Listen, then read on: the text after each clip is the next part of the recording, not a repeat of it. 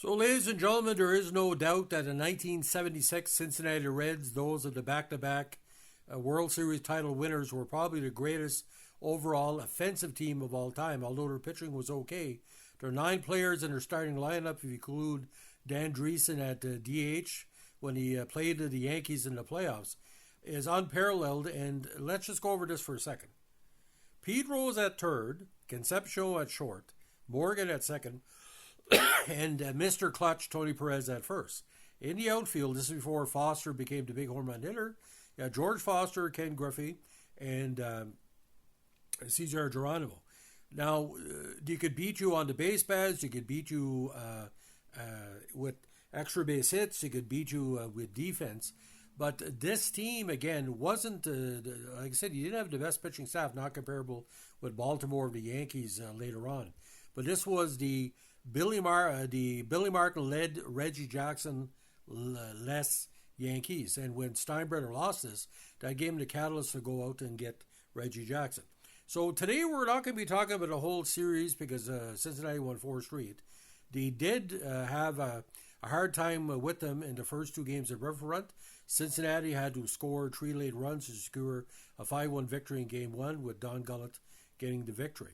Joe Morgan, of course, had a big home run. In Game 2, it was a battle between Jack Billingham and Catfish Hunter, which Cincinnati eventually won with a run in the bottom of the ninth. Now, in Game 3, back in New York, Cincinnati staked themselves to an early 3-0 lead and never went back and looked back as that underrated star with Cincinnati. Dan Dreesen had a homer, and of all people, Jim Mason hit a homer for the Yankees in that contest. Now, Game 4, this was the game. Everybody thought, hey, Johnny Bench is batting late in the lineup. Is he finally going to break through? It was a cold night at the Bronx, only 9 degrees Celsius. But New York, through a Terman Munson key play, led early and led for most of the contest up until the 4th inning. Johnny Bench led the way with 2 home runs, while Gary Nolan won and future 20-game winner Ed Figueroa lost, with Will McEnany getting his second save of the series.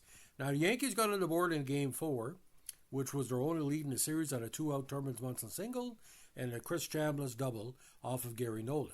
Munson would collect 4 hits in the game. Now, in the 4th, Joe Morgan walked off Ed Figueroa, stole second, and came home in a George Foster single. Johnny Bench, again batting, I think it was 7th, followed with his first home run to give the Reds a 3-1 lead. The Yankees then cut the lead to 3-2 in the 5th when Mickey Rivers had a leadoff single, stole second and scored on Munson's single, but the Reds padded their lead in the 9th.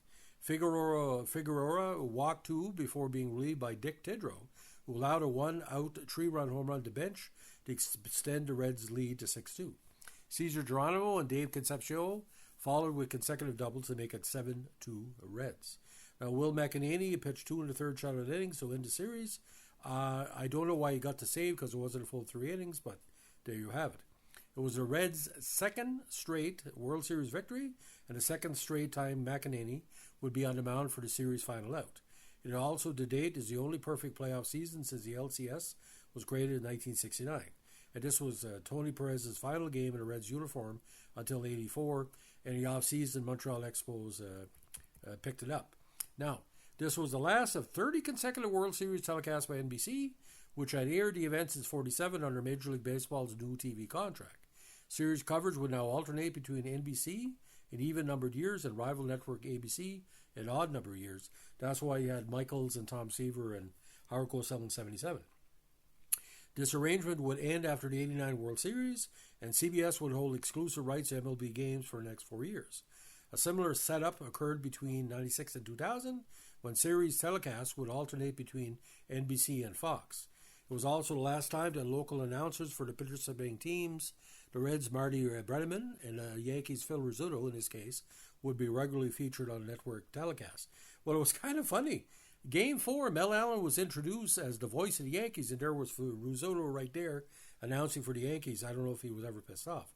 Now, this is the first of 21 consecutive World Series to be broadcast by CBS Radio, and I think Vin Scully did quite a few of those. Now, as for the series itself, it was kind of, you knew what was going to happen, but you didn't know that the Yankees were going to be swept. I don't think their hitting and pitching was good enough mark with the Reds, and the Reds kind of overachieved in the series. Now, the 73rd edition of the World Series, they had lost the 39-61 World Series to the Yankees. Now, the 76 Reds again became and remained the only team to sweep an entire multi-tier postseason, 7-0, one of the crowning achievements of the franchise's Big Red Machine era. They also became the third NL team, following the Cubs in 07-08 and Johnny Mize Giants in 21-22 to win consecutive World Series and remained the last to do so. Now, this was also the second time the Yankees were swept in a World Series in 4 straight games, as the LA Dodgers, having previously done so in 1963, which is kind of the last big year for that multi-decade Yankee dynasty. He never got back to the World Series for 13 years. Now, the New York Giants did sweep them in 5 games in 22, but Game 2 ended in a tie due to being called an account of darkness. It was also the first World Series sweep in 10 years, and the first for the Reds, and the next came against the Athletics in 1990, where they knocked off the Bash Brothers A's. Now, the Reds won the NL West Division by 10 games over the Dodgers, who had a very strong team that year, then defeated the Phillies in 3 straight games in the NL Championship Series, after losing a 7-12 to them during the regular season. The Yankees won the AL East by 10.5 games over the Orioles, then defeated the Royals in the deciding 5th game of the AL Championship Series on the Chris Chambliss Riot Homer. Now, this was the first World Series in which a designated hitter rule, which had been introduced in the AL 3 years prior, was in effect. It was used for all games. For the first 10 years, the use of the DH alternated. In even-numbered years, it was used in all games, and all odd-numbered years it was not used. This may have cost the Red Sox a title the year before. Starting in '86, the DH was only used in games played at AL Representatives Park. The use of the DH wound up benefiting the Reds, were able to get strong utility infielder Dan Dreesen's bat in the lineup. Dreesen did .357 with 1 home run, but the platoon of Elliot Maddox, Carlos May, and Lou Piniella shared a role for the Yankees, but neither one of them was effective. Now, Game 1, played at Cincinnati's Riverfront Stadium, marked the first time the DH was used in Antelope Ballpark. Game 2, also at Riverfront, was the first World Series weekend game to be scheduled at night. Now, Reds catcher Johnny Bench was named the World Series MVP. Bench batted .533 with 8 hits, 6 RBIs, most of them coming to final game, with 2 home runs and 4 runs scored. So, ladies and gentlemen, the 76 season was a breakthrough for the Yankees because after sharing home field with the Mets at Shea due to renovations at Yankee Stadium, they returned back. Now, and this was, of course, the return of Billy Martin, and we don't want to get into the drama of the next few years, but because one is a born liar and one's convicted, as we like to say. So, ladies and gentlemen, the 1976 Cincinnati Reds, I believe, the best overall offensive team, World Series champion of all time. There were better balanced squads. We're looking at the Orioles and various Yankee teams and various Dodger teams, but that lineup was wicked, ladies and gentlemen. It was wicked. They could have easily averaged 70 RBIs by the 9 players. And certain games, if Foster didn't produce, Bench would produce. If Bench wouldn't produce, Morgan would produce. If Morgan didn't produce, Mr. Hustle, Pete Rose, God bless his soul, would produce. So it was a great series and great to watch.